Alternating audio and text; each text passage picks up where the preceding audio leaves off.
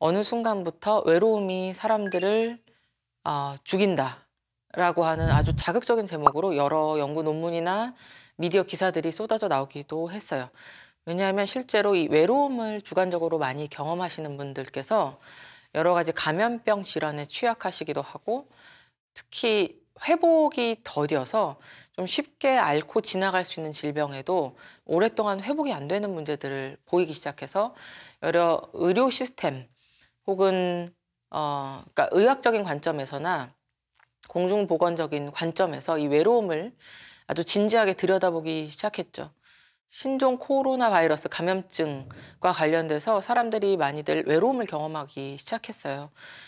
그런데 독특한 점은 자구책들을 어떻게든 다들 마련을 하셨던 겁니다. 소셜 네트워크 상으로 사람들이 많이 모이기 시작했었고요.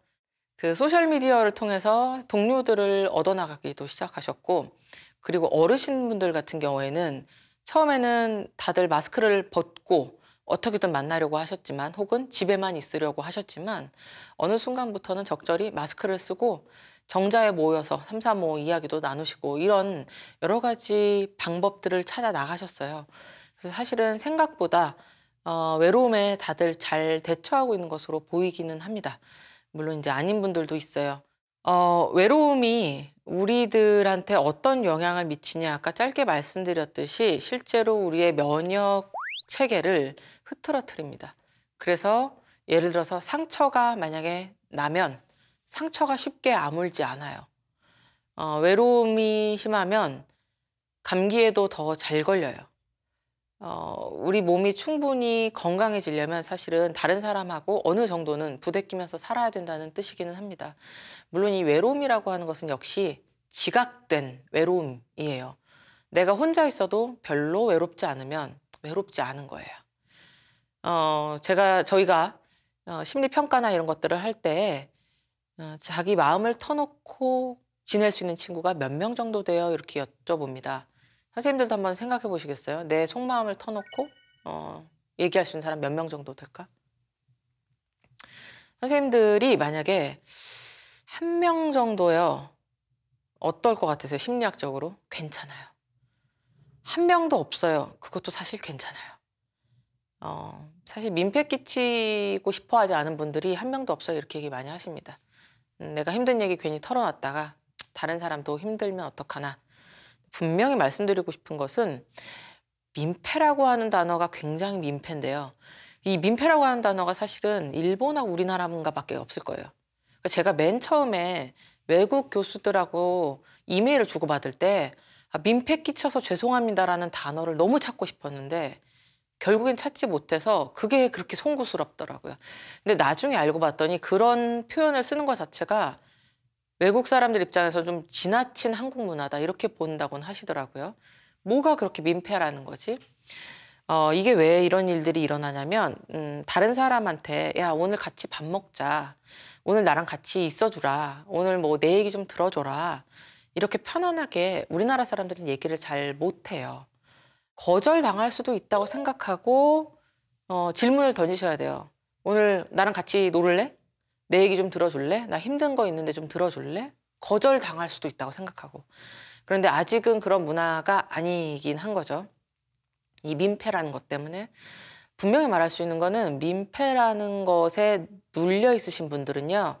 지금부터 어떻게 방탕하게 살아도 절대로 남한테 민폐 끼치시는 분이 아닐 거예요.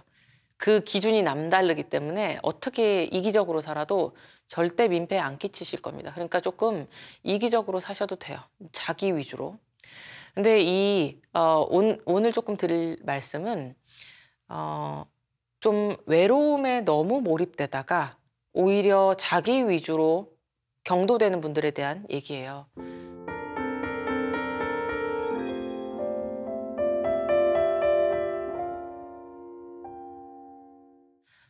외로움에 대한 연구를 그 시카고 대학교 심리학과 존 카치오포가 10년 동안 추적 연구를 했어요. 그래서 외로움을 많이 경험하시는 분들은 삶의 궤적이 어떻게 될까 한번 추적을 해봤더니 삶의 전반에 있어서 외로움을 많이 경험하시는 분들은 자꾸 의외로 자기 초점적인 생각을 해요. 자기 위주의 생각을 합니다. 나 자신에 대해서 아주 많이 생각을 하게 돼요. 다른 사람하고 같이 즐겁게 지내려면 어떻게 해야 하지?가 아니라 나는 어떤 사람이지? 나는 왜 이런 거지? 내가 즐거우려면 뭐 어떻게 하지? 그러니까 너무 자기 위주로만 생각을 하다 보면 오히려 또다시 외로움이 증가됩니다. 이게 계속해서 악순환을 되풀이하게 되거든요. 그러니까 다른 사람이 어떤 상황인지에 대해서 자꾸 놓쳐요. 그러니까 내가 외롭다고 했을 때 다른 사람이 나의 외로움을 알아주지 못하면 그게 그렇게 서러워요. 근데 외로울 수 있어요. 외로울 수 있는데 거기에 대해서 의미 부여를 시작하면 그건 좀 경계해야 되는 부분이에요. 왜냐하면 나랑 그 사람 마음이 똑같지 않다고 몇 차례 말씀드렸잖아요. 나는 그 사람이 아니고 그 사람도 내가 아니에요. 그 사람이 나의 일부도 아니에요. 그 사람 환경에 내가 그냥 조금 포함이 되어 있는 거죠. 나의 환경에 그 사람이 그냥 조금 포함이 되어 있는 거예요. 그런데 당장 내 외로움에 내가 너무 압도되면 그 사람의 거절에 굉장히 예민해지고 너무 힘들어져요. 그러니까 오직 나한테만 자꾸 초점이 맞춰져 있으니까 한 발 물러서서 오늘은 때가 아닌가? 물러서도 되고 오늘은 그럼 나 혼자 재밌게 놀아야지. 오늘은 내가 못 본 영화, 그때 밀린 영화 봐야지 이렇게 생각해야 되는데 또다시 외로움 안으로 들어갈 수 있는 거예요.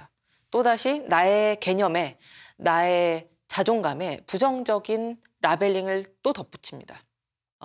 대인관계에서 이렇게 자꾸 좌절감을 경험하고 절망감을 경험을 한다면 혹은 자꾸 의존하게 되고 분노감을 경험한다면 이전에 말씀드렸듯이 실제로 애착 문제였을 수 있어요. 그래서 다른 사람으로부터 위로를 받으려고 할 수 있겠죠. 물론 여러 노래 가사들 때문에 사람이 다른 사람으로 잊혀질 거라고 믿어서 그렇게 생각할 수 있겠지만 그게 그런 문제는 아니에요. 나의 외로움이 다른 사람으로 잊혀질까 생각해 보면 그 사람이 떠나면 또 외롭다고 느낄 거잖아요. 그게 그렇게 쉬운 문제는 아니거든요. 그러니까 일단은 다시 처음으로 돌아가서 처음부터 생각을 해봅시다. 어떤 경우에는 나의 외로움을 해결하기 위해서 내가 왜 이렇게 외로움을 많이 느끼는 사람이 됐지? 나의 부모 문제인가? 이런 생각을 또 하게 될 거예요. 어떤 내담자분들은 사과받고 싶어 해요. 그 부모에게 찾아가서 화를 내고 싶어 하고 사과받고 싶어 합니다. 그런데 이런 연구 결과가 있어요. 화를 내면 화가 더 나요. 여러분들도 생각해 보세요. 그 막 분노를 막 폭발을 시키게 되면 막 그게 그렇게 카타르시스가 있을 것 같아요. 나한테 못되게 굴었던 사람한테.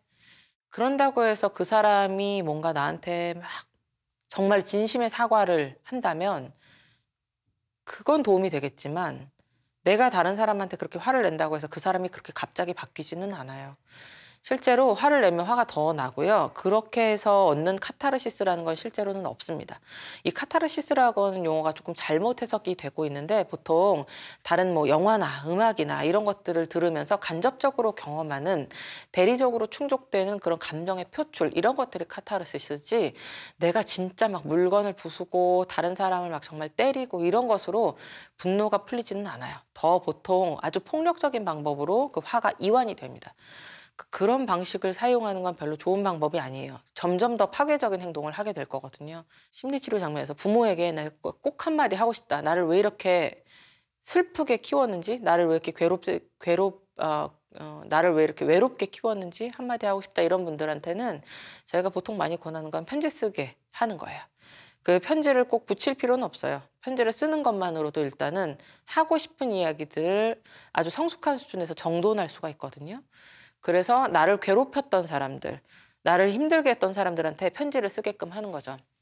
이제 부모 얘기를 조금 더 벗어나서 예를 들어 따돌림을 당했거나 혼자 굉장히 외롭게 유년기와 청소년기와 청년기를 버텨왔다. 그러면 그때 나를 너무 힘들게 했었던 사람들이 있을 거예요. 나한테 왜 그랬어? 이렇게 묻고도 싶겠죠. 그런데 그걸 직접 묻는 거는 사실은 별로 뭐 아까 말씀드렸던 카타르시스를 가져오진 않고요. 아주 정제된 방식으로, 세련된 방식으로 그분한테 할 수 있는 얘기들을 좀 적어보는 건 필요해요. 그렇게 적을 때 어떤 일들이 일어나냐면, 내가 이렇게 상황을 좀 포괄적으로 아주 조직화해서 좀 바라볼 수 있는 힘이 있구나. 이제 조금 그 감정에서 멀리 한 발자국 떨어질 수 있구나. 그렇게 엉켜 있지 않구나. 이런 것들을 보게도 되고요. 내가 그때 상당히 외로운 삶을 버텨왔구나, 힘들었구나. 이런 것들을 조금 편안하게 볼 수 있습니다. 다른 하나로 이걸 글을 이렇게 써 내려가다 보면 내 외로움을 같이 버텨줄 주변의 사람들의 이제 에너지를 쏟을 수 있게 돼요. 첫사랑이 자꾸 생각나고 하는 분들이 있죠. 이게 뭔가 끝이 안 난 사랑에 대해서 굉장히 애틋하고 이런 것도 이제 실험을 해보면 시험을 한참 보다가 시험지를 싹 빼서요. 그러면 이분들이 시험 문제를 더 오래 기억해요. 왜냐면 미완의 그런 시험 문제에 대한 미련이 남아요. 내가 더 잘 쓸 수 있었는데 이런 것들이죠. 그렇게 뭔가 미완의 것으로 끝난 것들에 자꾸 마음의 에너지가 쓰입니다. 그러니까 내가 그때 외로웠었던 그 기억들 이런 것들이 자꾸 나를 끈적끈적하게 붙잡고 있는 거예요. 그러니까 그거는 글을 한번 이렇게 써내려가면서 그때 그랬구나.